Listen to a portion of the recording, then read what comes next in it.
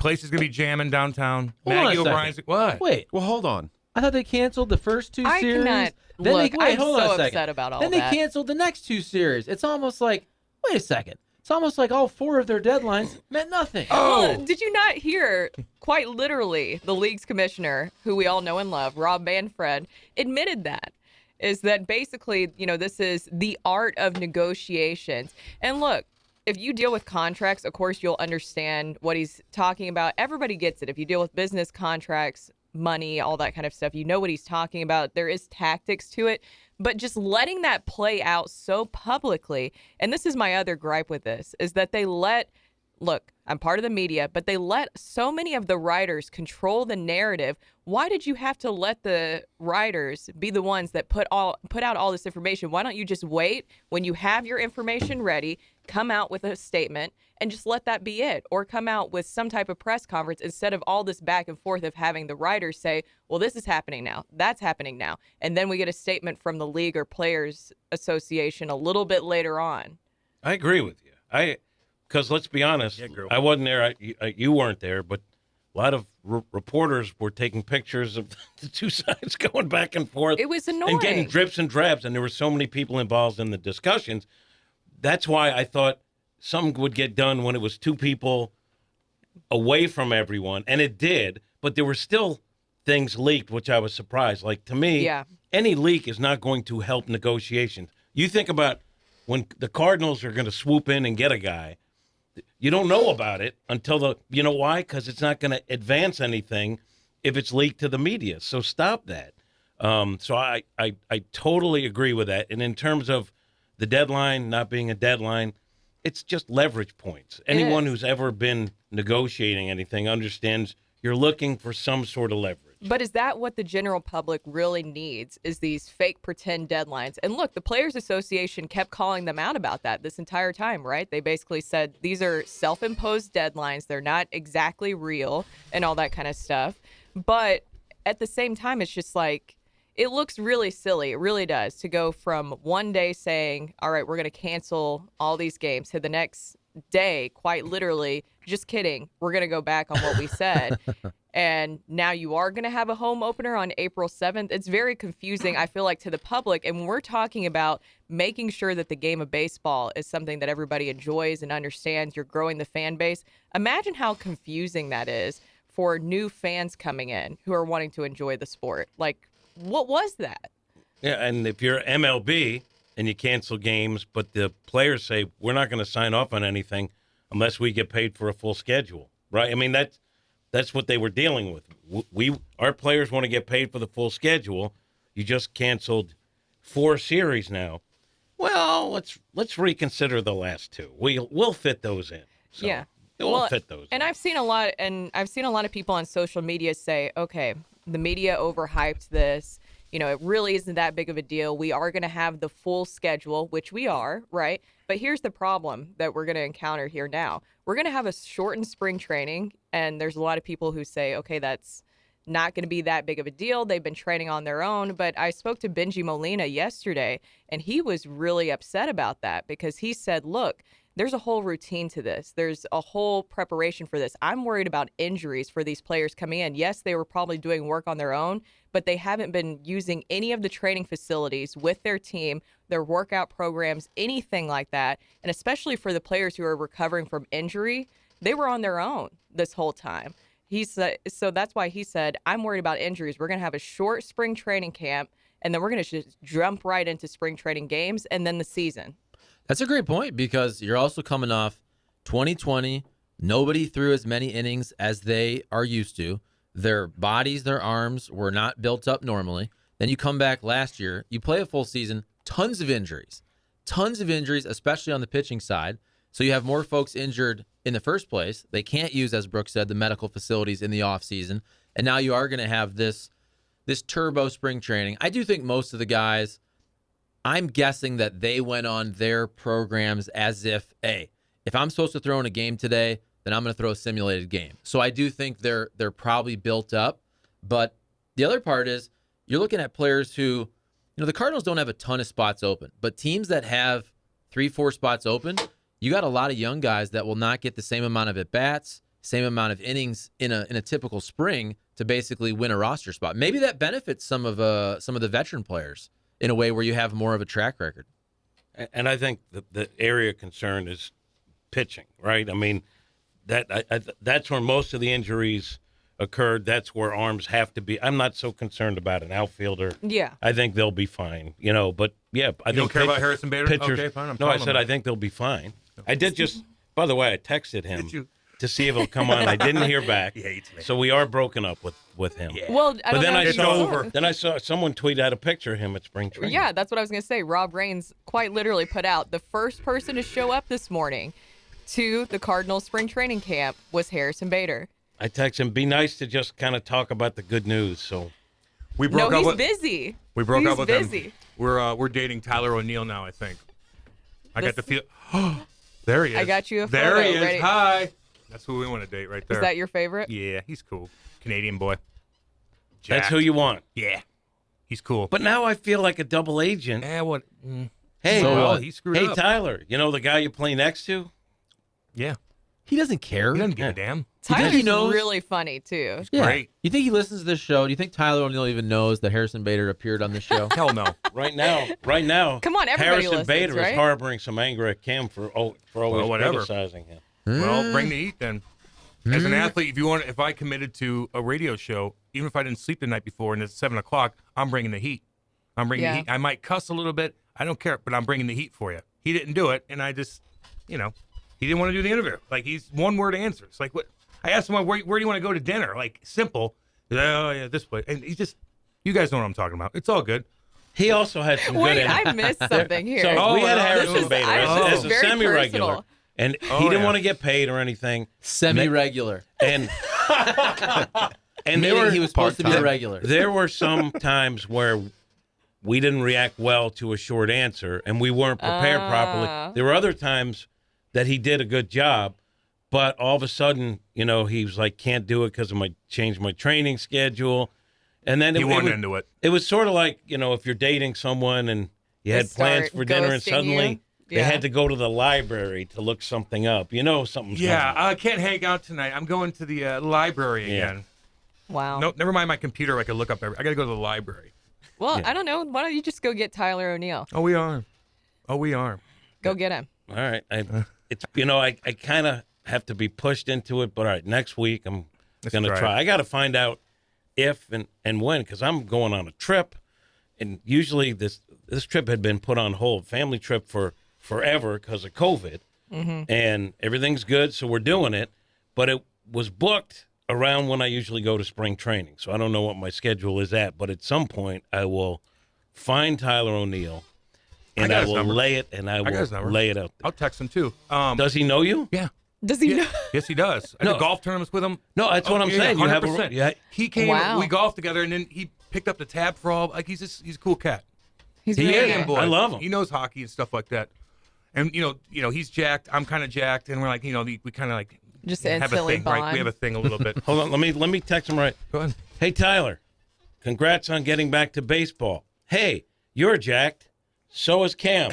How about being a regular guest on our show? You think that would work? Yeah, it I will. like it. It will work. I think that's definitely the way to go with All that. right. Hey, can we go to spring training and do our show down there? You're gonna be there. You're gonna be there. Well, I don't know if I'm going to be there. No, next spring training. Oh, okay. Yeah. See, one of the things serious. one of the things that is a wild card in all this.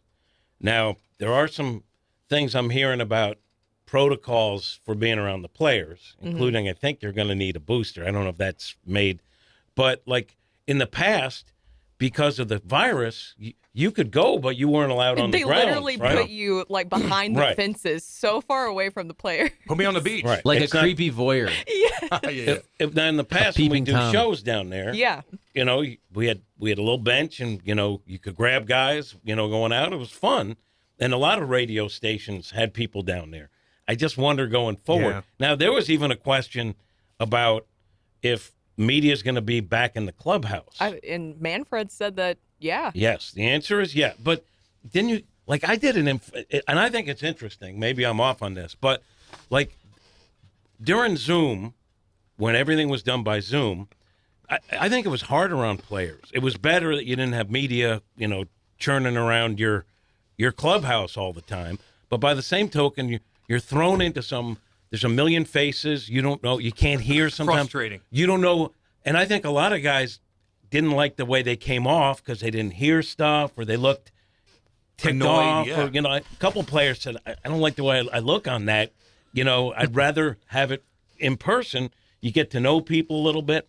Anyway, then you heard players love not having media around. The Players Association might push for that to be permanent, and they'll bring players into an interview room, kind of like they do in some other sports, NFL. Like they do with the Blues right now. Yeah, and the Blues. Yeah, they do. And so I did an informal poll back when we were allowed to be on the field again last year, just off the record, and most guys, almost all of them said, no, I like having the media in there. That doesn't mean I want them in there all the time. Now, let me ask you, when you did the poll, do you like having me in there? No. Like the cat? No. I don't know if they want all of us in there. No, I think they like you. I honestly said, and I was trying to be fair, and I'm not going to use your name in this. I just want to know where you guys stand. I get having all these guys around, and there are probably too many credentials for guys that are just going to stand around and say, Name I'm in names. the clubhouse. Bird watching. Name names. I couldn't even name the names. I don't even know who they are. Sounds like you're sometimes. specifically calling out some lesser. There's somebody. No, There's lesser somebody. media members. There's somebody. There's really not. I mean, but you go in there and there's guys you don't know. Sometimes they're out of town. You might know them, but I don't know who those guys are. I know the players don't. But I said, do you prefer not having? And some of the players said, actually, I like having a relationship with the media so you know where they're coming from. Yeah. And I don't want him to say his name, but one of the guys who's a big star said, the truth is, I kind of enjoy the small talk, like how's the family and everything. You could really size someone up. So I'm glad to see we're back in there. That doesn't mean that they want everyone, No doubt. Roaming around. But you want to talk to people face to face. If they're going to write an article, all of a sudden you're looking into a camera. Yeah. You can't see their face, and all of a sudden and you can get a little, if you're not in front of the guy and you're newer, you're going to ask maybe bolder questions and stuff like that, which, whatever, I like that. But, like, if you're a player, like, who just asked me that? Like, what? Like, I don't know. And now you're going to write the article about me, and I can't see you face to face. Couldn't really hear you. Some of the players where English isn't their first language. man. Yeah. It's not easy for. And then the other thing is, too, like, this is where I try to put myself in their position. You go in the clubhouse, the guy who walked in, the reliever who walked in the winning run for the other team, right? He's not happy about it. He wanted to throw a strike, right? And now you got 12 to 15 media members, some TV cameras in there. Some of the people aren't going to ask a question. They're kind of schlimping on the outside. And it's like, how come he didn't throw a strike? Like, it's not easy sometimes. And none of us, like, how about the 10 media guys are outside after the Hot Take Central from Friday. Oh, boy. Hey, Kat, how come you interrupt all the time? I don't want to answer that at that point. Well, You want me to self-bring Yes. that? So I understand where they're coming from. And if you're the first, this, and I think you're good at it, Brooke. When you jump in there and you're the first one that asks the question about a guy who had a bad performance, I know on Twitter you're like, how come you didn't hold him accountable? No, you're looking to get a response, right? So you have to frame the question appropriately so way. it's not an attack. Otherwise, you as a journalist know I didn't throw a strike, and then they shut down, and you're not going to get any sound. So you have to ask it appropriately. Well, and also for the players, this is the way that I look at it. This is a chance for you to be able to voice that, what happened, what was going through your mind, what was the situation, so that fans can understand that. I feel like that's a great chance sometimes in those tough situations for them to do that. And when you're talking about the small talk too, sometimes some of the best stories, as you know, the best feature pieces you'll get is from those little small talk conversations where you get those outside stories and pieces about these players that really helps the fans understand them and connect with them even more. It's always great to have those. One of the cool things about baseball being back is we can talk about baseball. I know we only have a couple of minutes. But what is your one thing or one player that you'd like to see the Cardinals upgrade? Now that we can I would talk like about to see it. an upgrade? I would like to see Trevor Story. So Specifically, that's the player that I have in mind.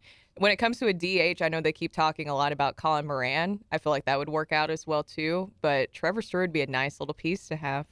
Charlie. Well, I'm going to be realistic. So No. I like your Colin Moran play. I may have said that. So to go in a different route of somebody they might get, of course, Joe Kelly because he's our guy. But I like Ryan Tepera. Ryan Tepera is very versatile, high leverage arm. He can close a little bit. He can be an eighth inning guy. And I think that's the perfect guy to throw in there with a Gio, whoever's going to be the closer. Maybe it's Reyes, but Ryan Tepera is really good. You got one? What do you got, Sethy boy? I like the Trevor Story one, Brooke, but I want Schwarber. Now we got the DH. Really? He wants that Schwarber. He turned down a big deal He already. wants that Schwarber. What do you got, Nate, what Nate do the you Great? got? Nate the I Great. need more info on this Ryan Tepera. I mean, I love you, Charlie. That is in depth. As soon as you said that name, I looked at Cam and Cam had. I mean, Okay. No idea. Well, here's what I'm saying, though. I mean, that is like in-depth baseball right there. Wow, I mean, I follow look who it baseball, is. but you said Ryan Tepera. I have no idea who that is. But Charlie this acts is like he doesn't do much, but he does study baseball and Oh, no politics. Go ahead. doubt. What do you mean I don't do much? No, While you say MSN like you just. I Never say mind, I never don't mind. watch cable news. Okay. Which is true. No, look, I would love to say Trevor Story or Carlos Correa, right? Yeah. And is there a slight chance that a Trevor Story could just find his way with this weird lockout into a 1-year prove-it deal? I don't think Yeah. that's crazy. I don't think that's crazy talk. I just think the Cardinals are not going to go big. I think they're pretty much done. I think Steven Matz was their big signing. So I think it's going to be probably a Colin Moran type. And because Brooke already mentioned that, I think they're going to add one more reliever. And so a guy like Ryan Tepera, who had a really good year with the Cubs last year, I think is the type of player that the Cardinals will actually go for. Now, if it's Joe Kelly, my point is it's going to be somebody like that. I think it's going to be a reliever who's 30, 31 years old and will get a 1 to 2 year deal for, you tell me, what, $5-6 million a year. I think despite all that we say, I think that's the move the Cardinals will make. And I think actually that's a sensible thing to say, but of course I'm going to turn it into a negative and say, why do you hate Joe Kelly? I love Joe Kelly. Seems like you hate him. Seems Ryan like your guy Tepera- Ryan. Seems like you're buddies with Ryan and you're trying to set him up. Ryan Tepera was better than Joe Kelly last couple of years. Joe Kelly's great. Joe Kelly's healthy now. I don't know. He got a big deal from the Dodgers. I mean, He seems like a cool cat. he's awesome. But I mean, he was terrible in the beginning. He said they were trying to run him out of town, but he got it together. I like a guy who's been in the spotlight on the biggest stage and has had success. Yeah. That's something to me Big time. that has value. As for a Trevor Story, like I still believe in Paul DeYoung. Like I think he's worth seeing if he can find it again. I think he will. They also have Sosa, who was really, really good. And he's as a plan B. And then if that doesn't work, to me, you put Gorman at second. I mean, if everything goes well for him and you move Edmund to short, I think they have a lot of layers of protection there. And as for a DH, I don't think they're going to spend a ton of money because they got talent in-house, you know. They got Yepes that they could look at. They got Nootbaar they could look. They got Gorman they could look at. And I think they look at it as, I think they have money to spend.